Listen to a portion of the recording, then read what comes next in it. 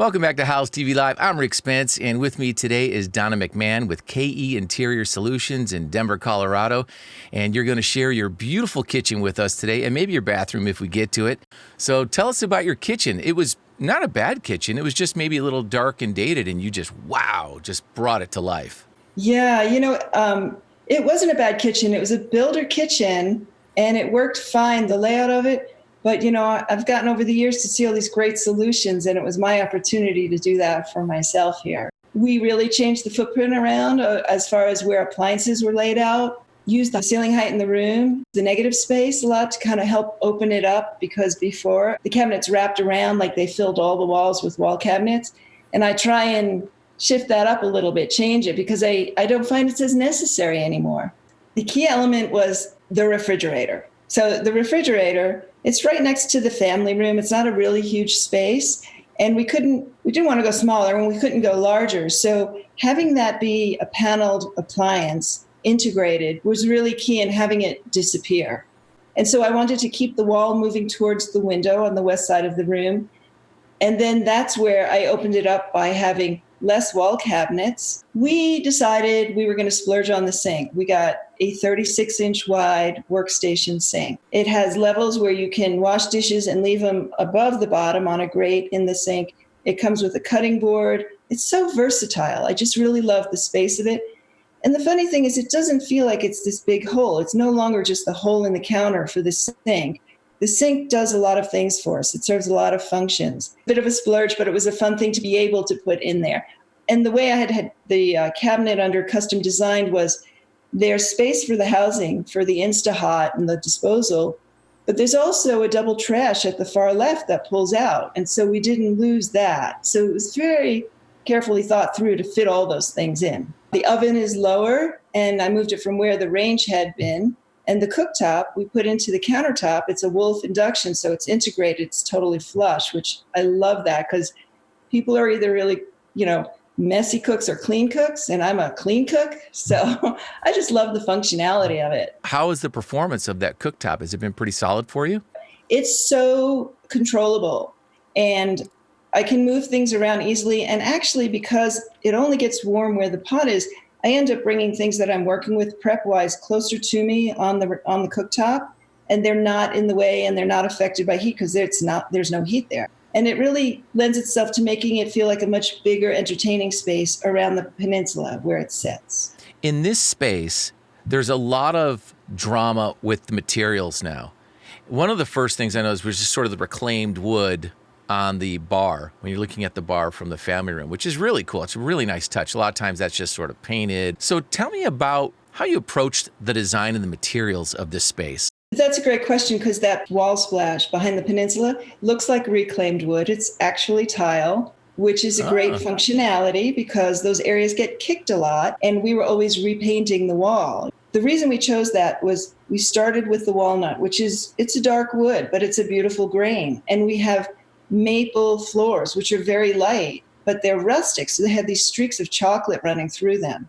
So the idea was to pull that walnut into the floor. And then from the family room, when you're looking into the kitchen, and there is a lot of drama, there's the light fixture and the lighting and the tile, to notice that wall underneath that has these pieces of darkness that tie into the walnut wood. And it just brings a whole nother level of bridging your journey into the kitchen. It's really nice. It gives me a feel of that part of the country as well.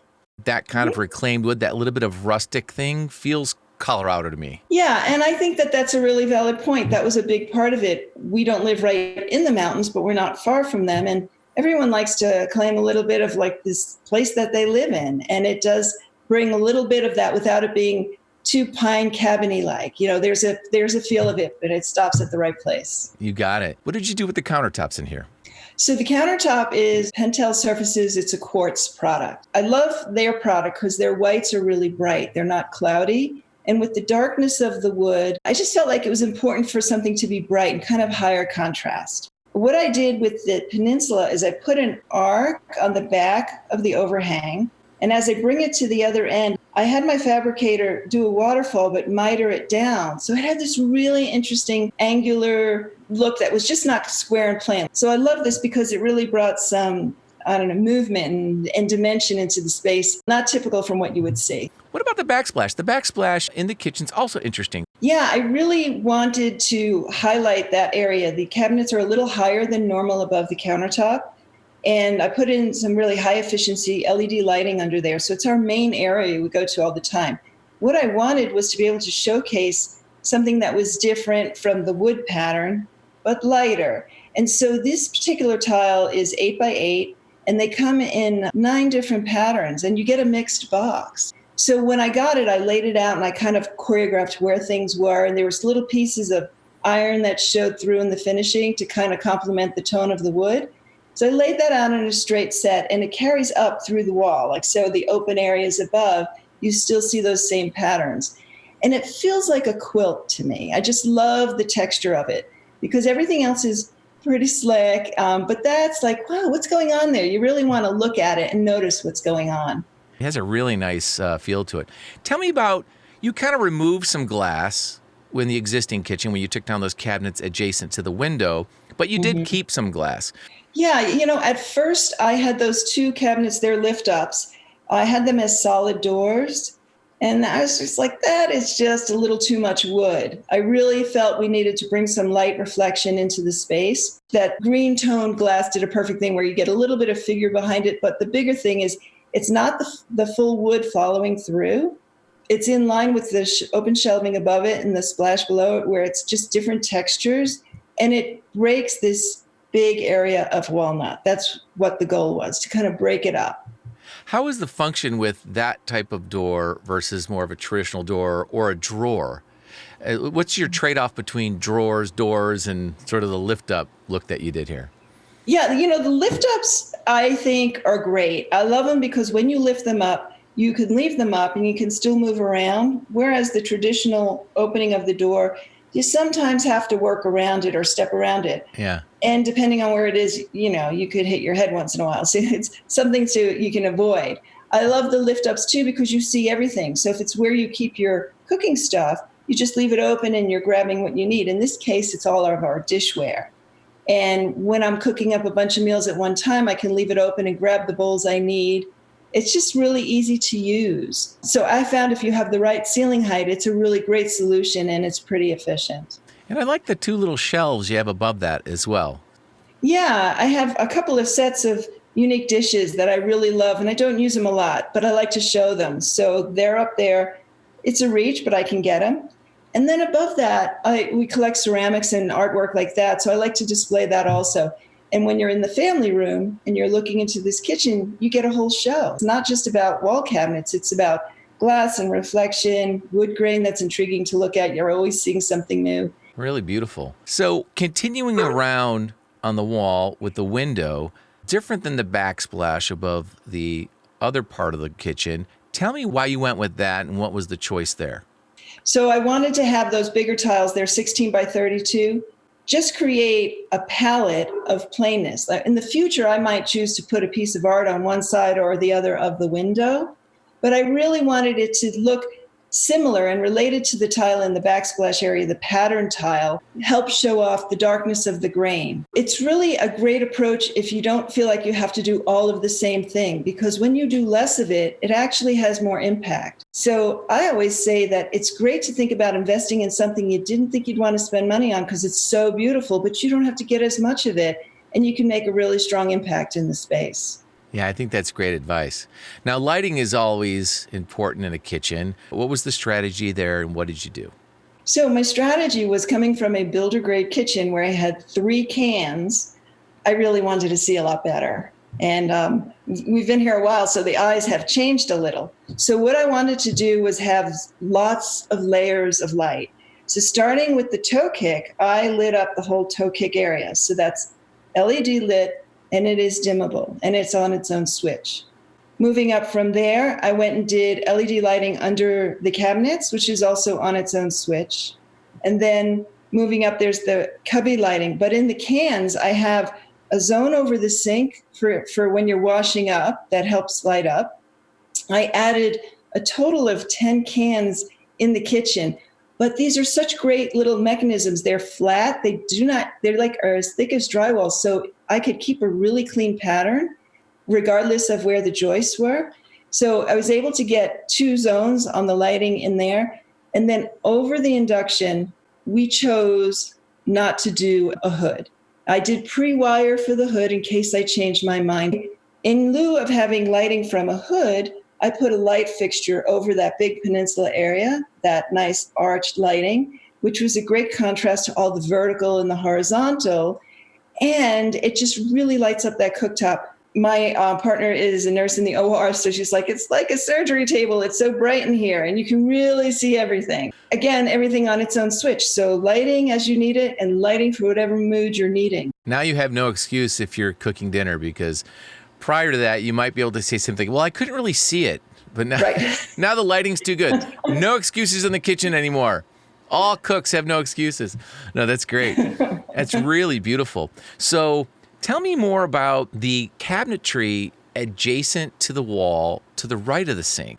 Yeah, so I call that our armoire in the kitchen. So the bottom section is a lift up for small appliances. And I have a plug mold in there with a light that lights up the whole area. So that's great, right? When you're cooking a whole bunch of stuff, it's right there. The plugs are there. Above that is a tilt up, 2 tilt ups. One is for all baking materials. And above that, because it's so high, is some of that 3rd tier thing like pots or pans or like crochet pots that you don't really need all the time. Beautiful space. Yeah. Absolutely love it. So you have time to show us the bathroom? Yeah, sure I do. Sort of a limited space. Tell me about the bathroom. So we didn't change the vanities. They stayed where they were. I floated them so that they're off the floor, which helps make the bathroom feel a little bit bigger. I took the countertop and extended it at a slight angle to help extend the countertop itself a little bit more. So the other thing I did was I did invest in Roburn mirrors, which are really beautiful. They open up and they have mirror on the inside of the door and on the back and power inside. So once again, there's plenty of storage. And you can put your electric toothbrush in there. You also, it looks like you're doubling the handles, the hardware, as towel holders as well. I'd rather have a nice piece of art on the wall than a towel ring hanging off the wall. So that functioned with the pick of the hardware, something nice and wide and clean. Tell me about the backsplash in here. It has a lot of motion to it. That's a beautiful glass tile. It's called fish scale. It kind of looks like fish scales. And it's just got so much beautiful color in it, especially some of those darker pieces that match the dark cabinetry that we went with. It's intriguing to look at. And the one behind the sink, that's the shiny finish, but the one in the shower, which is the same tile, is matte finish. So there's this nice difference in texture from one wall to the other, in that when you're at the sink and you look in the mirrors, you do see the shower wall behind you, but it's not glaring or anything because it's got that nice matte finish to it. What about from the floor into the shower? It's not flush, but it's a smaller curb there. I had really gone back and forth on should we try and do curbless. I've done a lot of those in the bathrooms I've done. And this came down to a little bit of sort of budgeting. And we have a full bathroom on the first floor. So there was no need, in case it was an issue of accessibility, to have it upstairs. So I kind of negotiated that and worked with my tile setter to go as low as we could on the curb, but it's still a curb. Let's talk about the tile on the floor here. It's a different tile from the kitchen, although it may look similar. It is 18 by 32, so it's a pretty good size, and it's got a real industrial look to it. Concrete coloration and linen texture. So it's not a pristine type of tile, and it's also not rough on the feet. It's easy and very comfortable to walk on, but the textures on it just bring about enough interest that you notice it, and it doesn't feel like, because it might be totally solid white or gray, that you would notice every little piece of dust. The cabinets are darker, so I wanted to go with stuff that was going to help complement that by not feeling dark, by helping light everything up. Beautiful spaces. Congratulations on that. And I Thank can't you. wait to see more of your amazing work with your clients. Winning all these awards on House for service, and people are saving your work, loving your stuff. So we got to come see you in Colorado and visit with one of your clients and do a success story with you. Really great That'd be stuff. great. Awesome. Okay. Well, thank you so much for taking the time. I appreciate you and all your work, and we'll hope to see you soon. Thanks, Rick. Thanks for your time too. Okay. See you. Bye-bye. Bye.